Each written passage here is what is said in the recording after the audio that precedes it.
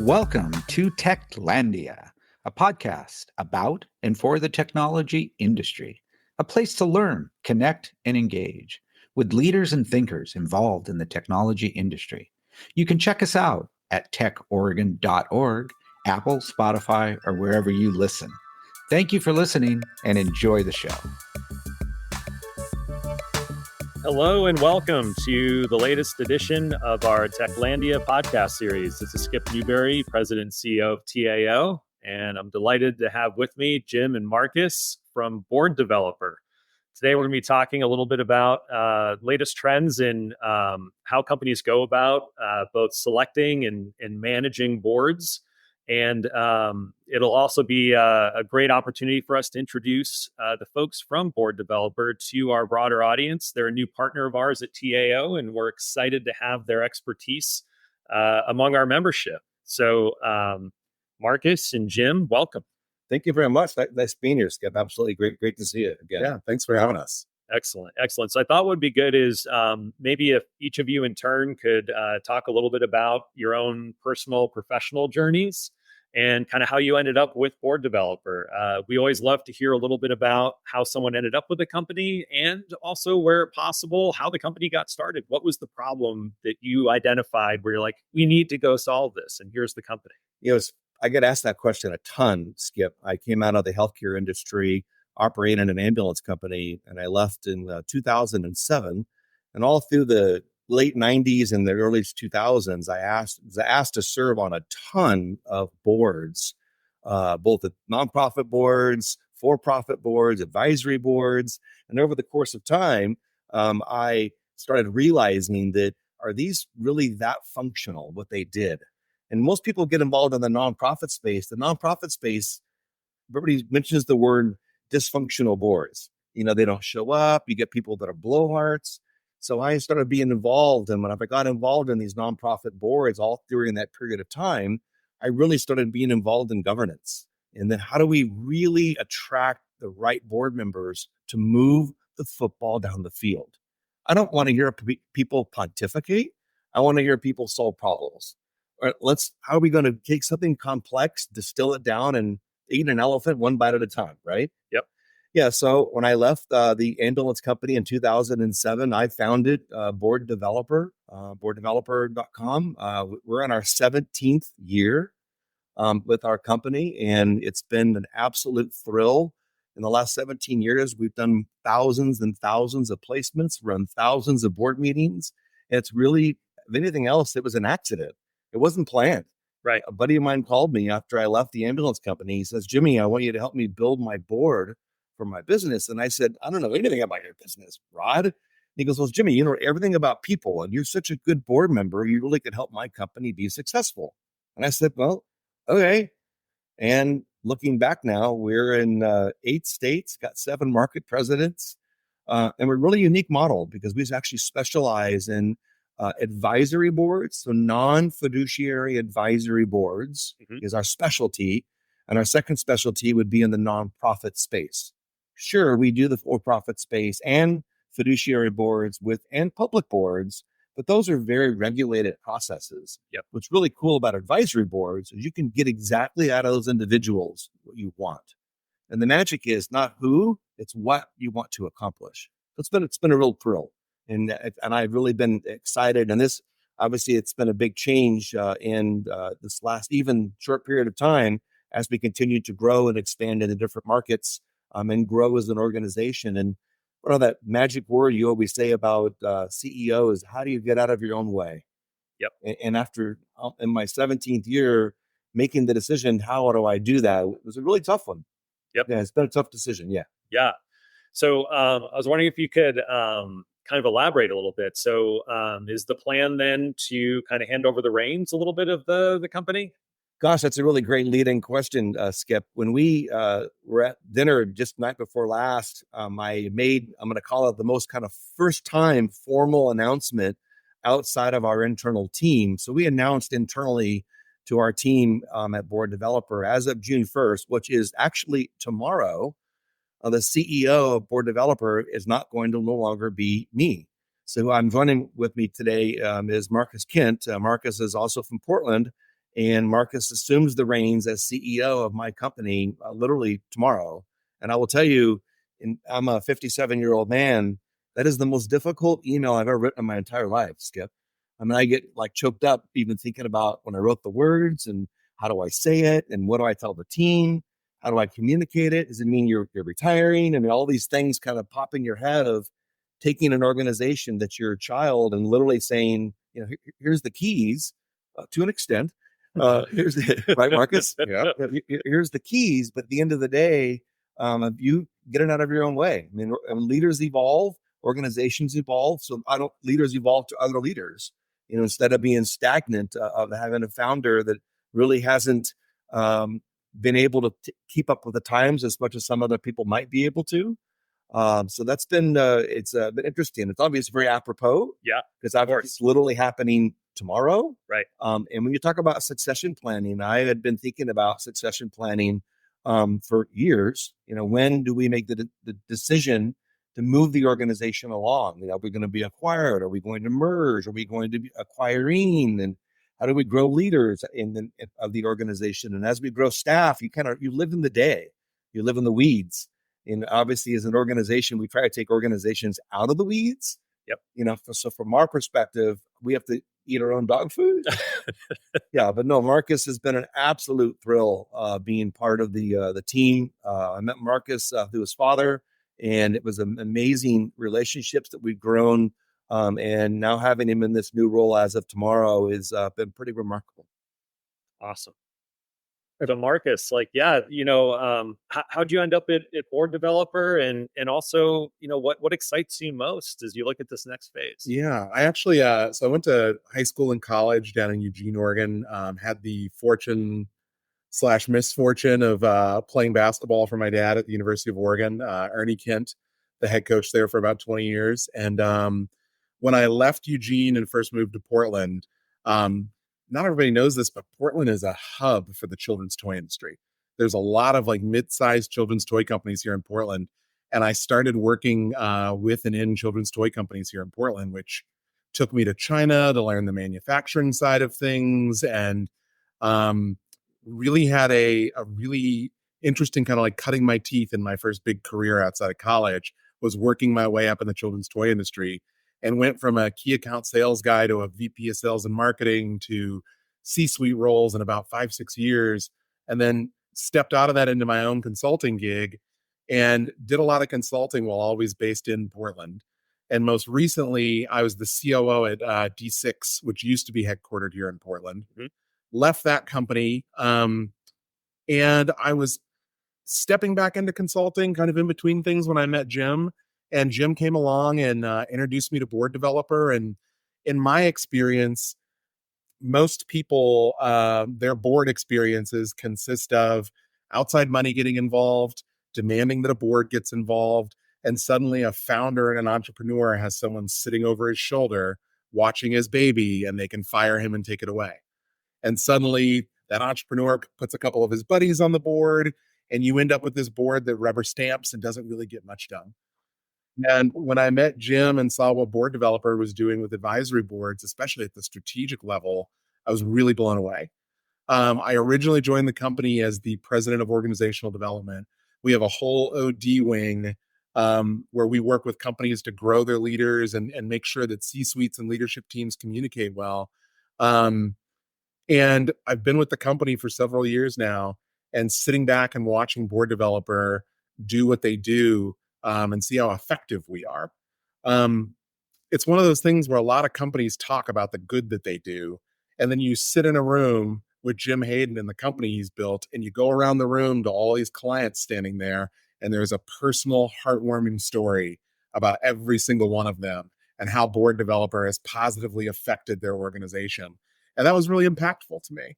And so when Jim and I first started having this conversation about stepping in and taking over at the CEO role, first of all, to sit here with something that somebody else has built and to be a part of it, and for them to offer that opportunity and the immense trust that comes along with that opportunity, I was really, really humbled. And 10 years ago, I think if somebody had come along with an opportunity like that, I would have screamed yes and jumped up and down. And here I am 10 years later, a little more mature. And I think what Jim originally told me is that I thought you'd be more excited. And I said, I'm very excited. I'm just trying not to ruin the moment. And we have so much to talk about now. And so the transition coming into it has been really positive, and I'm just really excited to see what we can do and where Board Developer can go next. That's awesome. That's awesome. I think the magic, though, is that if you make a decision like this, you don't have to make all the decisions right now. So we literally sat down and said, here are the decisions we need to make over a course of time. Let's start with staff. Who should you take and be direct reporting? Because if you think about it, and you found a company, everybody reports to you. Right. You hire somebody, everybody reports to you. You hire more people, everybody reports to you. And so at the end of the day, yeah, you hire tiers, but who does everybody call? They call the owner. And so it's been actually also interesting. I've made the comment now, literally in the last couple of days. Well, let me introduce you to the CEO of our company. Everybody instantly assumes I'm not the guy anymore, and I'm like, I kind of like this. I mean, it's been nice. It's been really cool. And I'll tell you, internally, I was incredibly overwhelmed. Our team internally was and has been completely elated. But what Marcus doesn't know is that I went to about 8 of our clients that I handpicked in person, met with them, and got their advice. I said, listen, this is what I'm thinking about doing. This is what I'm thinking about pulling off. This is what I think about how it's going to be a transition to look like. And since you work with Marcus and you work with me and you know our team, what do you think? So unanimous group came back and said, no, I'm kidding. And then I decided to take it to our board because you have to eat your own dog food. And when I took it to our own board and had the discussion with our own board, they were obviously incredibly positive as well, and talked through exactly how kind of the dynamics would work with some of the team members.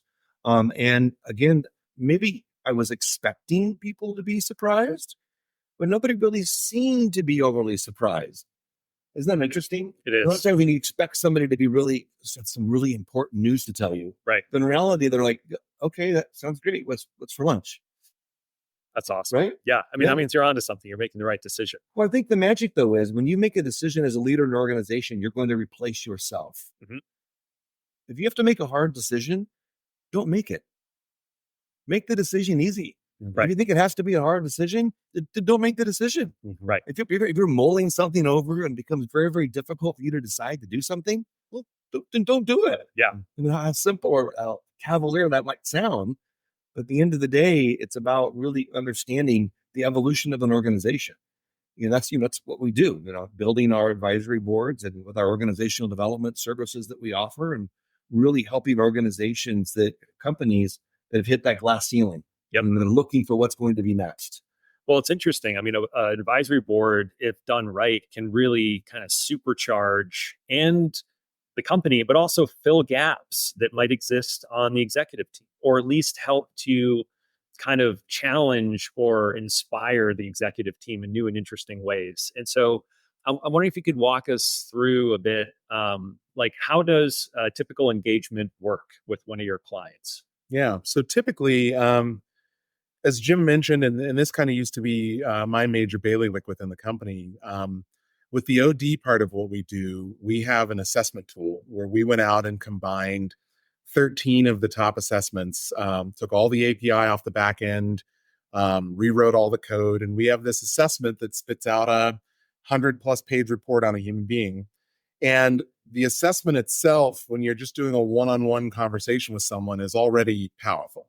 It's like reading a crystal ball almost. It's an open kimono moment for a lot of people as you're going through their assessment debrief. But then when you take all of that data on a team, before we walk into the room, we typically know who on the team does and doesn't get along and why.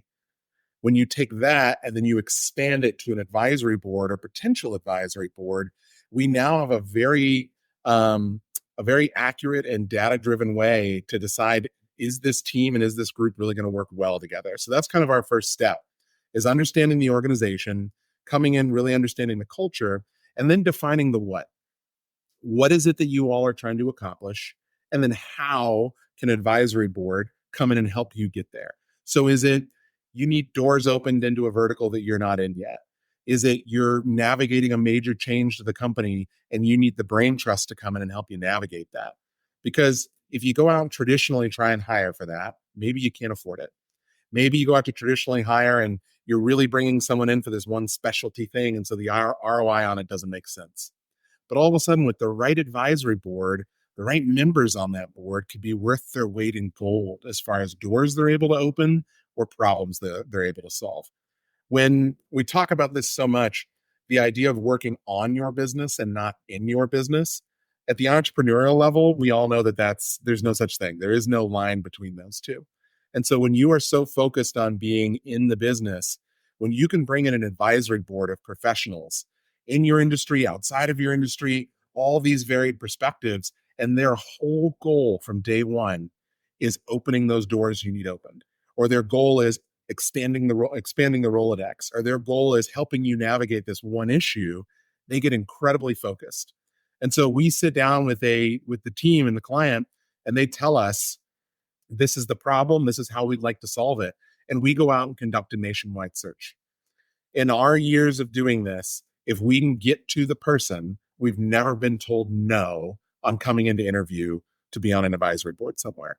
You know how when people receive that email, when we all get them, how many a week do we get from somebody that's on board this, board that? We have the board position for you, and blah, blah, blah. Get them on the phone. What do they want?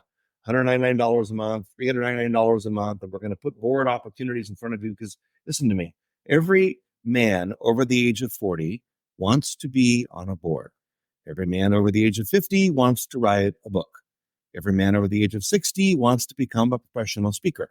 So guess what? In the service industry with people, this is a really great entree. So Skip, you introduced me to John via email and say, hey, John, Jim asked me to introduce you. Jim runs a company with Marcus called Board Developer. They indicated to me they may have an opportunity for you for a board. Let me tell you a little bit about Board Developer from your perspective, Skip, because you telling John about us gives us instant credibility. So Marcus's point was thousands of phone calls, thousands of first meetings. I've never been told no, not one time. Because it's the real deal. I'm not calling you to talk about the weather. Yeah. I'm calling you because I have an opportunity for you. Yeah. I literally have an opportunity for you now. Yep. And so once we get that phone call, that contact, once we're able to connect with folks, we will go out and recruit those people. You come to us and you say, we're in aerospace and we want the head of NASA on our board. It is our job to go out and try and find that person, or as close to it as we can. We bring them to you to interview. And once we've selected the board for you, from the foundation up, we help write the bylaws, we help recruit it, we put the board together, and then we manage the board on your behalf, where we will come in and we know what their favorite pillow is, how they like their steak cooked, what their favorite drink is. It becomes very high touch, white glove, where now we book all the travel for the board meeting. The board meeting happens. Our team is there to run the meeting, to take the minutes, and most importantly, to follow up on all the action items and make sure that all those boards get taken care of. Everything that we say we're going to accomplish, or everything that a board member says they're going to accomplish, we chase them down and hold them accountable to make sure it happens. The CEO needs to run the business, right? Not run the board. And many, many, many times you get entrepreneurial CEOs that say, no. I ain't having no board. I ain't having people tell me what to do. But guess what? An advisory board, you use them. They don't get to tell you. Super simple. Right. But at the end of the day, you get to use them for what you need them for. You're able to allow us to find the needle in the haystack. We manage them at the board meeting. And then after the board meeting, we're the ones that hold everybody accountable, with all due respect, even the CEO, and getting shit done. Let's move the football. Let's talk about it. But it's magical because, obviously we're a consulting firm. We're, business consulting firm. And we bring our IP to the table, which, by the way, is my Rolodex. So 57 years old, people might not know what a Rolodex is. But at the end of the day, it's the people we have in our network we can reach out to, because they know when I call, I'm not calling them about an opportunity to serve on one of our clients' boards and yank in their chain. Make sense? Yep. Yeah, we did it today.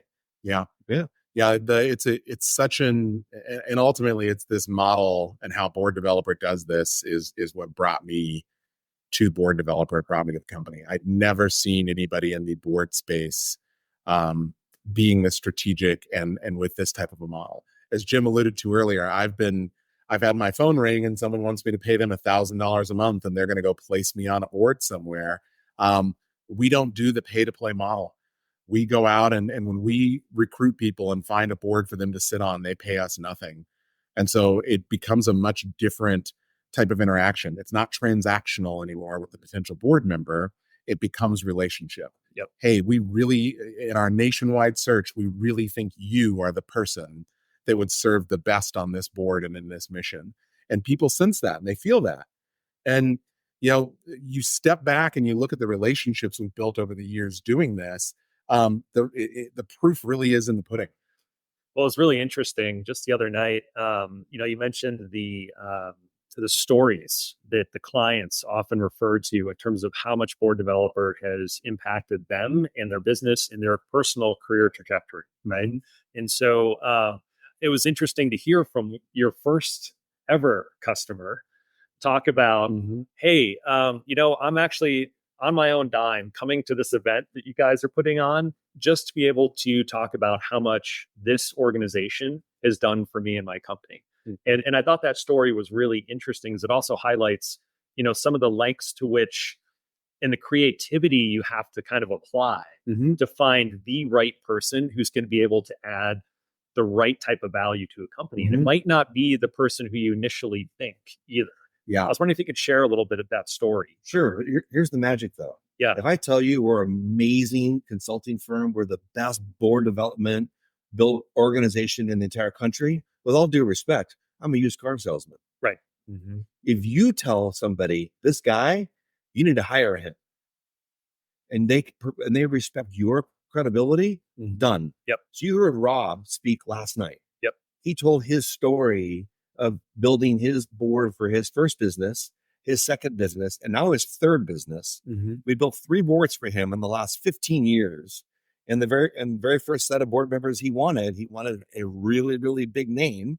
And I was not able to score the big name, but I got really darn close, but it moved the needle of the organization significantly. He was reading the book, Delivering Happiness, written by Tony Hsieh. Tony Hsieh is the founder of Zappos, the shoe company. So Rob, who owns a tech company, has a call center with over 200 employees. They have more than a 200% annual turnover with their staff. I mean, it's a call center, so it's churn and burn. So he's reading this book on delivering happiness, changing culture, what Zappos did. So he says to me, I want Tony Hsieh on my board. And I tried to get Tony Hsieh.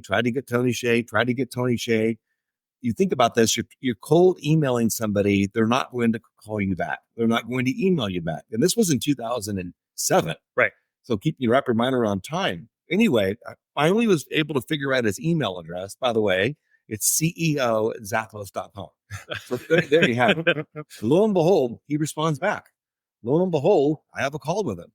It's a great conversation with him. During that call, he tells me he's very intrigued, but if you really want to change culture, you don't need me. You actually need our chief of staff. Her current title is Speaker of the House, because they had very unusual titles at Zappos at the time. Her name was Jamie. He introduced me, the CEO, introduced me to Jamie, who obviously the CEO introduces me. I get a phone call with her virtually instantly. And she served on that board. Within 9 months, we went more than 200% turnover annually to double digits. Wow. So about 60% in that range. Because obviously it ebbs and flows. And from that day forward, the next 5 years, that organization got best places to work every year. Every single year. But the key was the CEO needs to get out of his own way and listen to the expert, because she came in and disrupted a lot that the CEO did not like. Yep. For example, they had to wear uniforms to work at the call center. The same color pants, they had to wear a logoed shirt. They wanted this entire look of the organization. And she's like, no, Let him wear pajamas to work. No one sees them. Let him wear flip-flops. He about lost his mind when people showed up to work, literally unshaven, hair messed up. And the comment she made was, you're not seeing these people. Who cares? Right. And at the end of the day, it moved the needle. Mm-hmm. And one of the theories that Zappos has, which I don't necessarily agree with, but it's very successful for them, they don't expect 100% out of their employees. They actually expect 80%. And for my mind, I'm like, that doesn't make logical sense to me. Right. But guess what? It worked. Yep. Mm-hmm. Yeah. So anyway, you heard Rob's story last night at the event, and it was my speaker him speak. And it obviously was very heartwarming because obviously after 16, 17 years of knowing somebody and living our lives together, with our families, because it's about not just that professional relationship, but also growing it personally as well. Right. Yeah, it's pretty special, and it was evident in that interaction. I think the story that Rob told, and the fact that Rob's willing to come out to Portland and come out to our event and share that story, it's indicative of so many of the relationships that Board Developer has with their clients. We frequently will be in a discovery meeting with a client, and they'll be like, "Well, have you ever worked in our space before?" And Jim or I would pick up the phone and call a client in that space, and they take the call on the second ring. "Hey, Jimmy, what's going on? How you doing? Hey, we're sitting here with so-and-so. Will you tell us what we did for you?"